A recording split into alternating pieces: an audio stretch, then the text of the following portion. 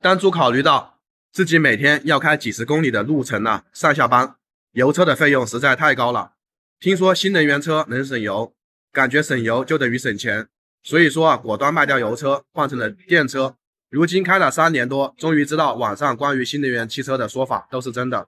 开了3年的电车，受了很多苦，发现电车的优缺点非常明显。现在电车平均能耗是15千瓦每小时，每100公里家里有充电桩的话，等于说开100公里也才花10块钱不到。就算是没有家用充电桩，在外面一度电1块5，开100公里45入也才23元。而油车呢，一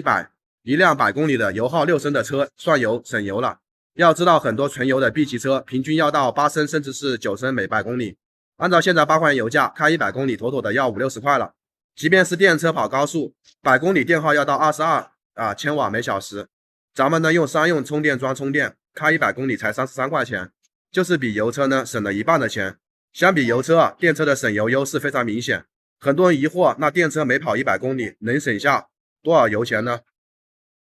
一年呢开2万公里，开个8年，等电车的电池报废的时候，不是妥妥能省一个新车回来吗？一年跑2万公里，开油车就要花1万块钱去加油，而开电车的话，一般就是2000块钱。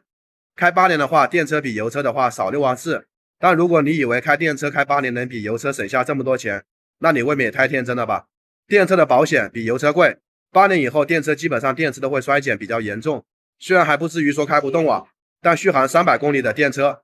本身续航达成率就只有70%左右，8年后续航可能就只有100多公里了。这个情况下，一个30度的电车换电池需要2万5左右，再加上电车的每年的保险比油车贵1000左右，8年下来实际上电车就比油车省了3.1万。虽然现在油车跟电车价格差不多，但开了8年的油车和电车二手价格超了1万肯定是没问题的。折算下来呢，每年开2万公里，8年后电车就比油车省了2万多而已。虽然省1块钱都是钱，但是这8年为了省这2万块钱，开电车需要受很多苦。首先电车节假日出行不方便，开油车遇到节假日基本上就是怕堵车，其他啥也都不怕，即便坏了到处都修车的，一点也不用担心。但电车不一样，电车每次出远门都是要跟自驾游一样，先做好充电的攻略，遇到堵车的话，人多的话车多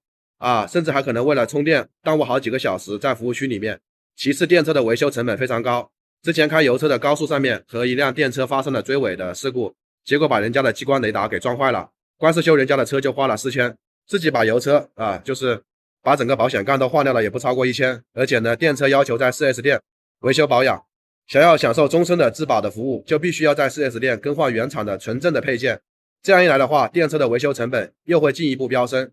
明面上好像是比油车省了2万多，但这万一8年呢，车内坏了，修车的钱就很快能把这个省下的2万块钱给花出去。最后呢，现在电车并没有油车那么安全，电车最怕的就是自燃。